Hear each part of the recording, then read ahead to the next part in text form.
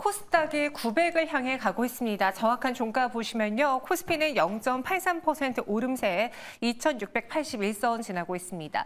뉴욕 증시가 하락하자 오히려 디커플링 현상 속에 국내 증시는 올라주고 있고 선진국 증시의 조정을 어떻게 보면 신흥국 증시 안에서의 매력 부각으로 보는 것 같기도 합니다. 코스닥은 1.57% 크게 오른 889.69포인트로 종가를 형성했고요. 반도체, 2차 전지가 다 같이 끌어줬고 오늘은 좀 상대적으로 바이오단의 관심은 이전보다는 줄어들었습니다. 코스닥 수급 보시죠. 오늘 코스닥 시장 안에서는 개인 투자자들이 1,500억 원 넘는 매도 우위 포지션 자리했고요. 외국인은 1,180억 원가량의 매수 우위를 여기에 기관은 280억 원가량의 매수세를 덮쳐줬습니다. 코스닥 시장 안에서는 그럼 어떤 종목들이 올랐을지요? 앞서 시총 1, 2위를 기록하고 있는 에코프로 그룹주가 지수를 받쳐주고 있다고 말씀드렸죠. 각각 5%, 6% 상승으로 종가를 형성했고요. KN솔, GST, 액침 냉각 관련주 막판에도 상승 유지하면서 19%, 22%의 급등으로 종가를 형성했습니다. 테크행은 26,850원에 장 마치면서 코스닥, 2차 전지 그리고 반도체로 나뉘어졌죠. 조금 전에 언급했던 유로모픽 테마주들이 그 안에서도 가장 뜨거웠습니다. 자람 테크놀로지가 상한가 안착을 하면서 종가를 유지했네요. 86,600원에 장을 마쳤고요. 에이징랜드 13% 넘는 상승. 앞서 신강선 매니저가 역전의 승부사로 수익을 챙긴 네페스 아크는 7% 오름세로 42,150원 종가 형성했고 저희는 여기서 수익을 실현하고 나오는 걸로 합의를 봤습니다. 오늘 왜 유로모픽 관련주들이 또 움직였을까요? 하나씩 한번 살펴보도록 하죠. 유로모픽 반도체의 경우에는 인간의 뇌나 신경세포의 구조와 특성을 모방하고 있습니다. 워낙 이 AI가 일반 시스템 반도체보다 사용하는 전력도 많고 데이터량도 방대하기 때문에 기존의 반도체로는 대체할 수가 없습니다. 진화가 필요한 거죠. 이 효율성을 높인 병렬 연산 인공지능형 반도체를 유로모픽 반도체라고 말하고요. 현재 기술에서 나오는 걸로는 거의 최종 목표 반도체입니다. 시스템 반도체를 기본 반도체와 AI 반도체로 한번 나눠서 볼게요. 일단 1세대로는 CPU와 GPU가 있는데 이 CPU의 경우에는 직렬 처리가 되고요. GPU, 현재 엔비디아가 잡고 있는 이 GPU의 경우에는 병렬 처리로 됩니다. 이 기본 반도체의 경우에는 유연성이 높다는 장점이 있지만 연산 성능과 소비 전력 효율이 떨어진다라는 단점이 있어요. 그래서 이를 어느 정도 만회하기 위해서 계속 기술 개발이 이루어지고 있고 AI 반도체로는 NPU 그리고 우리가 최종 목표로 생각하는 3세대 유로모픽 반도체까지 있습니다. 이 유로모픽 반도체의 경우에는 뉴런과 시내시스를 모방한 신구조로 앞서 말씀드린 것처럼 인간의 뇌와 비슷하다라고 생각하시면 되고요. 앞서 기본 반도체에 있는 단점을 장점으로 그래서 AI 연산 성능과 소비 전력 효율이 극대화할 수 있는 반도체입니다. 국내 시장에서는 조금 전에 이제 테마주로 봤던 자람 테크놀로지라던가 네페스 아크가 관련 수혜주, 관련 테마주로도 묶이고 있는데 이 시스템 반도체 안에서 계속 영역을 확대하고 있습니다. 유로모픽 관련해서 우리 투자자분들이 꼭 알아야 될 것 있을까, 이성 이사님? 아무래도 GPU 같은 경우가 중심이다 보니까 전력의 소모도 높고 발열도 계속 큰 상황이에요. 그렇다 보니까 대체할 수 있는 부분, 이게 바로 NPU가 모든 걸 대체하고 그런 구조가 아니라 우리가 반도체 안에서 저전력 반도체가 부각이 되는 것처럼 GPU는 센터로 서고 여기에서 저전력 반도체와 유사하게 그 역할을 NPU가 할 수 있는 상황이라는 말씀을 드릴 수 있겠어요. 그러면서 또 여기에서 직렬 부분의 역할, 쉽게 말씀드리면 그 부분이 CXL이라는 말씀을 드리고요. 병렬 부분의 역할, 여기에 좀 미세 회로까지 더해지는 부분이 아까 짚어주신 유로모픽 반도체라는 말씀을 드릴 수 있겠습니다. 시장 자체가 지금 서버 단이 계속 발달을 하고 있는 상황이고 AI가 어느 정도의 시장 캐파를 가지고 갈지 추측이 안 됨에 따라서 계속 차세대 반도체가 부각이 되는 모습이라는 언급을 드리고요. 이게 하나의 트렌드로 자리 잡았다라고 말씀을 드릴 수 있겠어요. 인정을 하고 가는 거죠. 네, 그 부분에 대한 주목이 필요하겠습니다. 네, 참 오늘 저도 이렇게 반도체 공부하면서 이럴 거면 이과를 나올 걸 그랬나. 물론 제가 안 돼서 못 가긴 했지만 참 문과 전공자로서는 너무나 힘든 지금 시장입니다. 그냥 그거 하나는 느껴지더라고요. 2차 전지 안에서 뭔가 꿈의 배터리 최종 정착지가 현재 구간에서 안에선 전고체 배터리라면은 반도체 안에서는 그게 뉴로모픽 반도체인 것 같고 지금 시장은 현재 상황보다는 앞으로 나올 미래 기술에 집중하면서 거기에 밸류를 주고 또 수급도 몰리는 것 같다라는 생각이 들었어요. 뉴로모픽 반도체 역시도 지금 당장 만들어서 상용하기는 너무나 긴 시간이 걸릴 텐데 시장에서 이렇게까지 반응하는 게 맞는 건지 특히 자람 테크놀로지 오늘도 상한가 기록했잖아요. 네. 추가적인 상한가 상승도 가능해 보이는지요, 이사님? 우리가 그 발생한 거래량을 보면 네. 추가로 상승이 가능해요. 내일 만약에 점 상한가까지도 갈 수 있는 수준의 거래량이 나오기는 했는데 그 부분을 놓고 만약에 점 상한가 외에 갭 상승이 나온다고 하면은 주가 변동성은 커질 수 있습니다. 그래서 기준으로는 거래량을 볼 필요가 있어요. 내일 만약에 한 300만 주 이상의 거래량이 발생을 하고 시가를 못 지키는 흐름이 나오면 그때는 이제는 매도를 하시는 게 낫고요. 그런 상황이 아니라 그 이하의 거래량이 발생을 하고 시가를 지켜주는 흐름에서는 좀 추가로 시세가 가능하다는 점까지 기술적인 면을 대입해서 말씀을 드렸습니다. 이 부분은 워낙 좀 아직 발달되지 않은 부분 안에서 실적을 당장 보기보다는 기술적인 측면, 거래량의 측면을 놓고 올라온 종목이다 보니까 그 부분을 주목해서 보시면 되겠습니다. 자람 테크놀로지 오늘 상한가 마감할 수 있는 강력한 수급이 들어왔기 때문에 기술적으로도 추가 상승이 가능해 보인다라고 했고 김태성 본부장님 앞서 저희가 이제 ISC vs 리노공업 했었잖아요. 네. 근데 리노공업의 숫자가 더 좋다고 택해하셨습니다. 네. 리노공업 vs 뉴로모픽 관련주로 붙인다면 당연히 리노공업이신 건가요? 대답해야 되겠죠? 해야죠. 저는 리노공업으로 밀고 가겠습니다. 네. 일단은 뉴로모픽도 당연히 이제 신기술이기도 하고 우리가 계속 추적 관찰해야 되겠지만 기술에 좋고 나쁘고 기업에 좋고 나쁘고 그것보다 중요시한 건 저는 시청자분들이 살 수 있냐, 대응할 수 있냐 이 부분을 좀 많이 생각을 해야 될 것 같아요.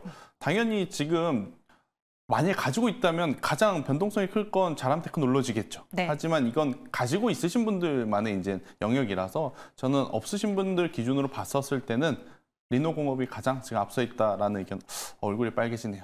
네, 그렇습니다. 알겠습니다. 우리 김태성 본부장님 리노공업 많이 사랑하는 걸로 정리해 볼게요.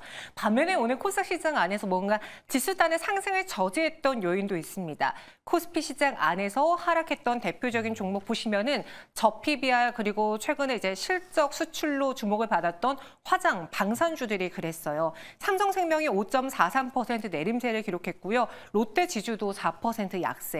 그리고 풍산, LIG, 넥스원 여긴 없지만 하나시스템, 하나에어로스페이스도 오늘은 파란불이 들어왔습니다. 토니모리는 장중에 낙폭을 줄이긴 했지만 5,590원까지 밀렸고요.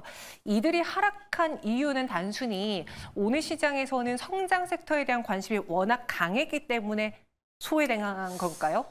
그렇죠. 일단 특별히 해당 섹터 내에서 이제 악재다라고 할 수 있는 뉴스는 없었다라고 좀 보시면 될 것 같고 그동안에 이제 이 주도 업종군들 특히나 이제 2차 전지와 반도체가 오늘 같이 상승을 하면서 그동안 상대적으로 좀 강한 모습을 보였었던 쪽의 수급이 이쪽으로 옮겨왔다라고 좀 보시면 될 것 같고 이제 실적 시즌이 이제 마무리되는 시점에서 그동안 실적을 무기 삼아 올라왔던 종목은 다소 지금 주춤하는 대신에 이제 기대감을 가지고 움직이는 쪽이 오히려 더 좋은 모습을 나타내는 현상이 있다라고 좀 보시면 될 것 같아서 저는 근데 이걸 물론 가지고 있으시면 기분이 나쁘시겠죠. 하지만 조금 이제 냉정하게 생각을 해보면 이것 또한 저는 역설적으로 기회가 될 수 있다라는 생각이 들어요.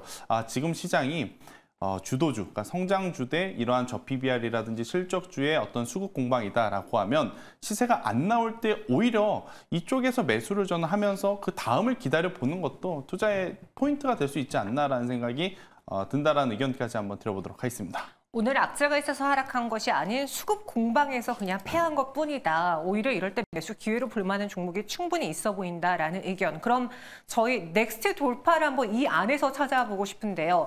저PBR이냐 아니면은 화장품이냐 방산이냐 다 선택하셔도 괜찮은데 본부장님 매력도가 좀 나뉘어집니까?